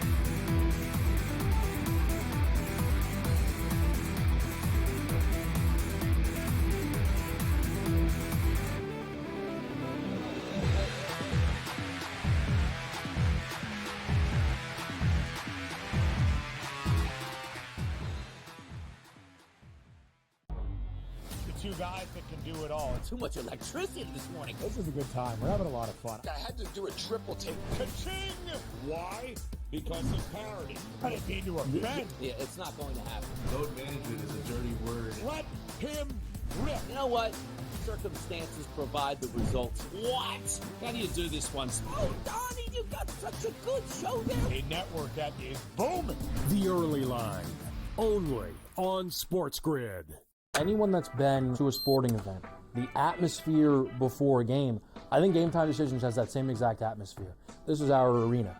This is what we do. There is going to be an energy to Game Time Decisions that you will feel night in and night out. The excitement you get when you lock your bets in, when you're figuring out what you want to do, we can zone in on the biggest games each night. I want this to be the place that people come to before the games start so they feel as ready as possible to lock in their cards. We are going to hit every single one of those markets that you need to know about. We're going to go through every single thing, and I've got a great team behind me that's going to help me get the job done. There is not going to be a better place, I promise you, than Game Time Decisions to get that new information, react to it, and be able to then bet accordingly. We will have everything at our disposal, and we will use that to our advantage.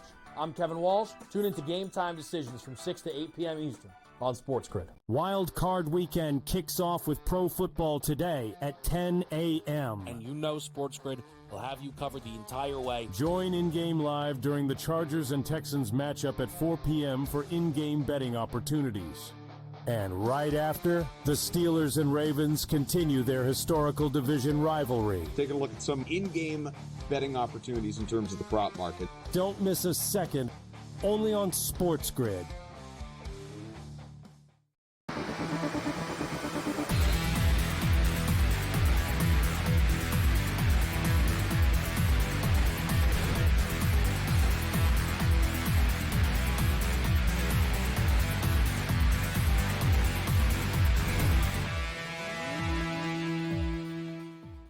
Jack Sawyer makes the biggest defensive play the Ohio State Buckeyes have seen in a decade on 4th and goal for Texas from Ohio State's 8-yard line.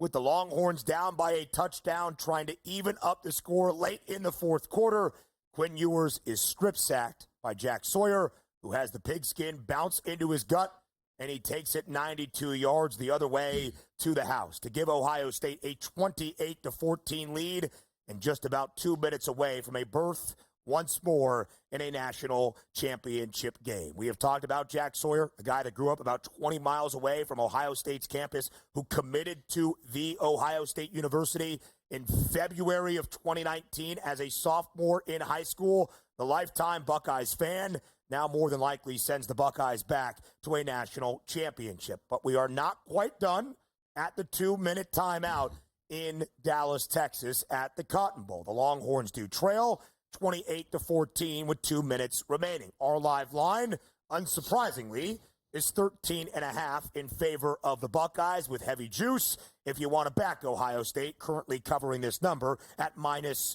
380. Rich, is there any life for Texas to even score again to try to make this a single possession game and then something wonky to happen at the end tonight inside AT&T Stadium? Yeah, I wouldn't expect Ohio State to be putting any pressure. I think they're going to be playing soft coverage. Wouldn't call it a prevent, but I would expect Ohio State to be trying to just let the clock run out. I wouldn't be shocked if Texas goes down the field and scores a touchdown, a little dink, little dunk, maybe 28-21 and a shot for an onside kick. Mike, touchdown for Texas? What do you think? They got down the field very easily last time. They did. A couple of plays to Helm. They had a play to Golden, and then they aided by a penalty. They got down to the 1 yard line. So they rinse and repeat, I suppose, for Texas to try and do it again.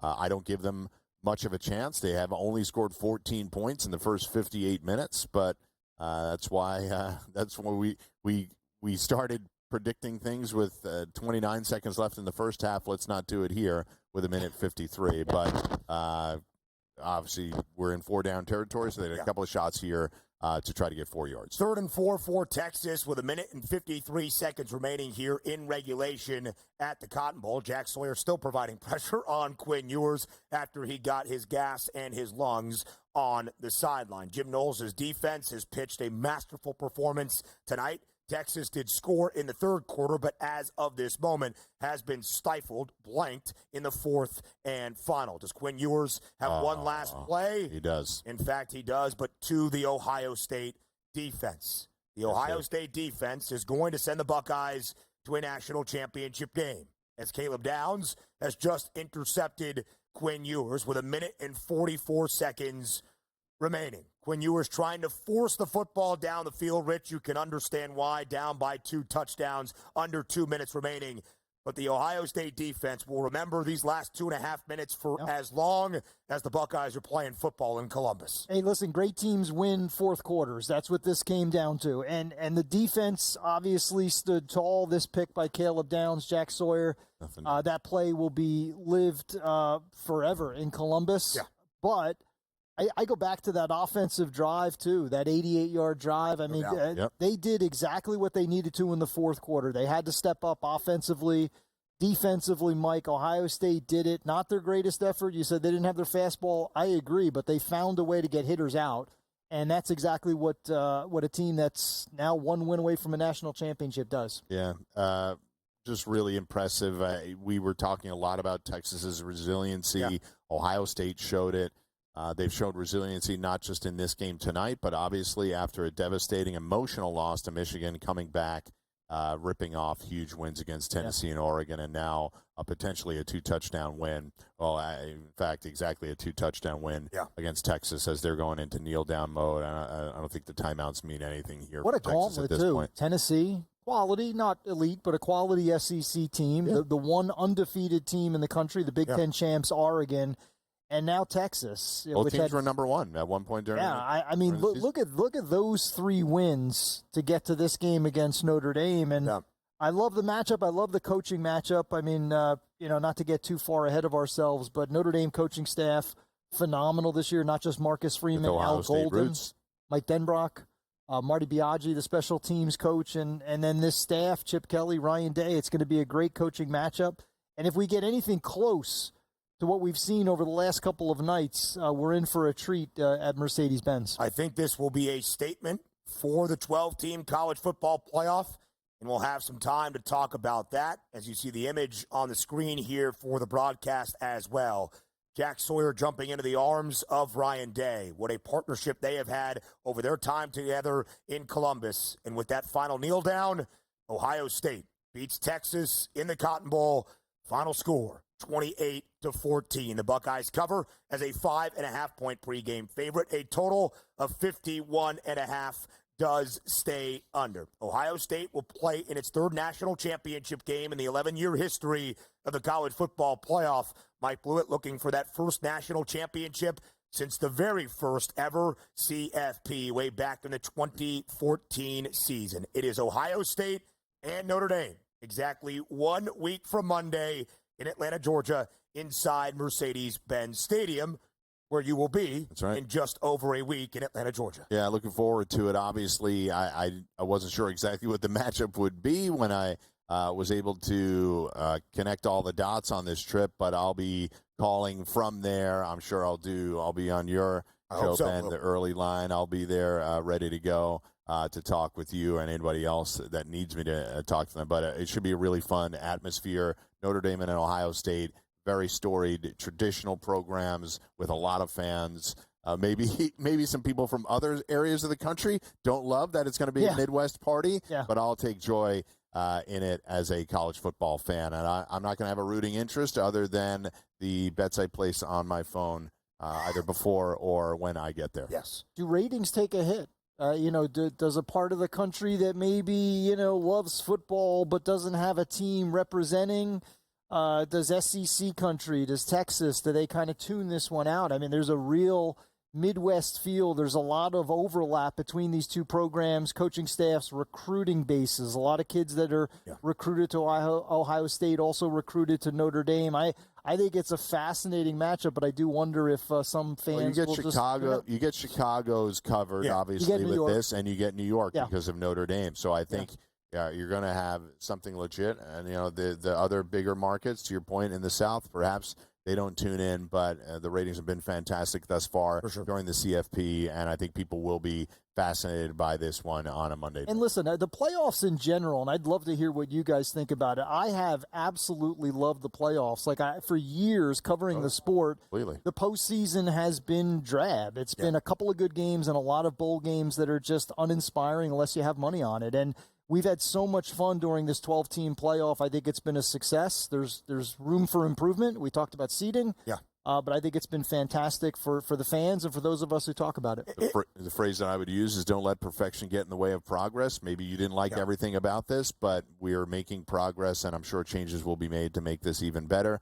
I don't care about – I'm not so much of a traditionalist that we have to go back to the old way where people used to vote on champions. We're settling it on the field, and we're having great games. That is for sure, because we are settling it and deciding it in actual football games, and we are weeding out the best teams in the country. And we have two standard bearers in this sport, two blue blood programs in college football, Ohio State and Notre Dame, in a national championship game a week from Monday in Atlanta, Georgia. We'll talk that final game between the Irish and the Buckeyes up next.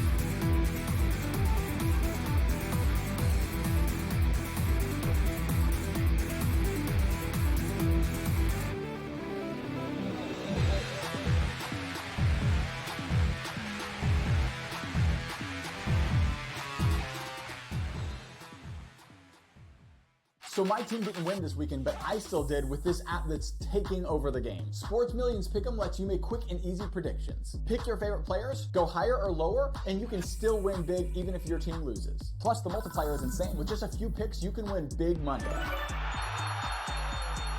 So get on it. They've got a welcome bonus to help you start off your winning streak.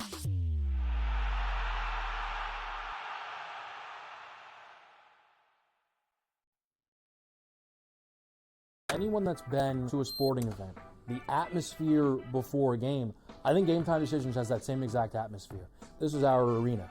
This is what we do. There is going to be an energy to Game Time Decisions that you will feel night in and night out. The excitement you get when you lock your bets in, when you're figuring out what you want to do, we can zone in on the biggest games each night. I want this to be the place that people come to before the games start so they feel as ready as possible to lock in their cards. We are going to hit every single one of those markets that you need to know about. We're going to go through every single thing, and I've got a great team behind me that's going to help me get the job done. There is not going to be a better place, I promise you, than Game Time Decisions to get that new information, react to it, and be able to then bet accordingly. We will have everything at our disposal, and we will use that to our advantage. I'm Kevin Walsh. Tune into Game Time Decisions from 6 to 8 p.m. Eastern on SportsGrid. Your gut says Miami is going to win, and you should take the over. Your gut also said your NFT selfies would only go up in value. They didn't. But your head is on SportsGrid and knows the QB is in concussion protocol. The backup has a 45 QBR against the zone coverage. The New York D has the most sacks in the league. So yeah, trust your head. It's smarter to be on SportsGrid. The two guys that can do it all. Too much electricity this morning. This is a good time. We're having a lot of fun. I had to do a triple take. Ka-ching! Why? Because of parity. I didn't mean to offend. Yeah, it's not going to happen. Load management is a dirty word. Let him rip. You know what?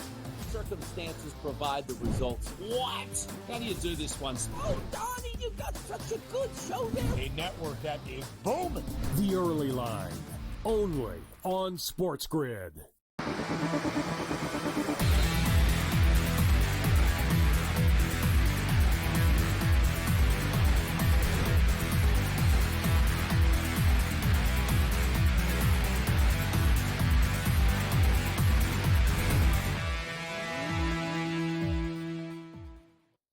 We welcome you back to In-Game Live, Game Day Live right here on SportsGrid, our college football playoff semifinal special that has now come to a close at the Cotton Bowl. Ohio State beats Texas 28-14. The Buckeyes cover as a 5.5-point favorite. A total pregame of 51 and a hook does stay under. And the reason Ohio State won by 2 touchdowns came down to the final 2.5 minutes of regulation in a play that will live on forever in Columbus, Ohio, by the Ohio kid who grew up just 20 miles away from campus in Sebus. Jack Sawyer on 4th and goal for Texas inside the Buckeyes' 10-yard line.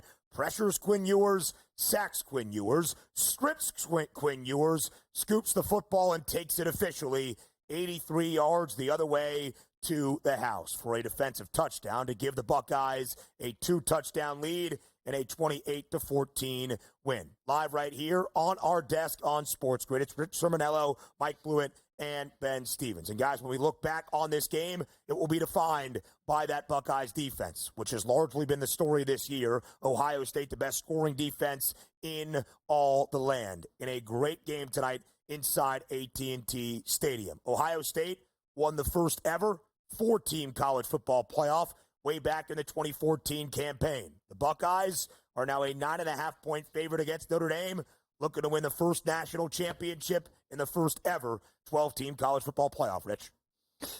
Yeah, I mean, obviously, there's so much to like about this team. It was built for a championship by Ryan Day. He gets Chip Kelly to be his offensive coordinator. Already had Jim Knowles as his defensive coordinator. Staff is exceptional. Up and down the roster, not a lot of flaws. Mike brought this up in the break, too. They win. They beat Texas on an evening that Jeremiah Smith has 1 catch for 3 yards. So, you know, this was a game where everyone was talking about Jeremiah, and for good reason. He's a generational talent at wide receiver. He didn't have his best game, obviously, but Ohio State finds a way. And I also said in the break, I find it interesting that we now have a national championship set up that the teams are led by defense, Ohio State and Notre Dame, which I love. And it's not all about high, octane, prolific passing quarterbacks. It's Riley Leonard, who's kind of a throwback. Yep. I don't think he's an NFL quarterback. It's Will Howard, a better passing quarterback, but not someone who's going to be in contention for a first-round pick in April. So these are teams that are built on defense, running games, coaching staffs, and I can't wait for it. Yeah, it was really interesting as you're watching the sort of replays of these games and replaying it in your mind and watching the replays on a broadcast. Yeah. But in the final 2.5 minutes, they had 3 massive defensive plays. We don't like the play call with Texas stringing out, was it Wisner? They string him out on the run. Caleb Downs is the one that blows up the play, and then they tackle him for a huge loss. The ensuing play is Jack Sawyer for an 83-yard scoop and score, and then the interception to end it, once again, Caleb Downs. So those 2 players who are names within the Ohio State defense that carry a lot of weight and talent with them, they make the 3 big plays to really put this game away. Yes, they certainly did. Caleb Downs, the closing interception with Texas down by 2 touchdowns, and Quinn Ewers trying to force the football down the field. Again, this game will live on forever in Columbus because of that Ohio State defense. Bowing up when it mattered most. I think it will sting in Austin. There is no doubt about it. A second consecutive college football playoff semifinal appearance for this Longhorns team to get to this stage and to have an opportunity, 1st and goal from the 1 in the final 3 minutes of regulation, to get stifled, to go for it on 4th and goal, and to have it result in an Ohio State defense. Some interesting play-calling decisions made by Steve Sarkisian. The Longhorns now will turn their attention in Austin to Arch Manning. We'll see what the future holds for Quinn Ewers. But we still have one more college football game to go here at the FBS level to crown a national champion in the first ever 12-team college football playoff.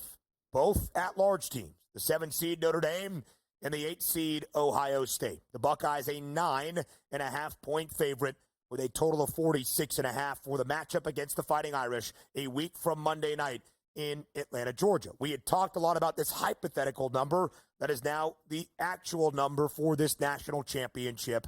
matchup. Does it feel, Rich, like it's too many points to be north of a touchdown in favor of the Buckeyes? Yeah, in light of what we saw tonight, we saw some vulnerabilities with Ohio State. I think if they had trucked Texas the way they did Tennessee and Oregon, I might feel like that's a number that belongs close to 10. But, right now, it's a little high. I would put the number at 7.5. I think there's a big distinction between the talent of Notre Dame and the talent of Ohio State. We talked about the defense, right? You talked about Jack Sawyer and Caleb Downs and all of that talent throughout that defense. I don't know how Notre Dame moves the ball. I mean, Riley Leonard doesn't have a lot in the passing game. They don't have great weapons on the perimeter. Jeremiah Love, big fan of Jeremiah Love. He's not 100%. So I have concerns initially as to how Notre Dame will score. I think they'll find a way to keep it competitive. Right off the cuff, I would say I like the under.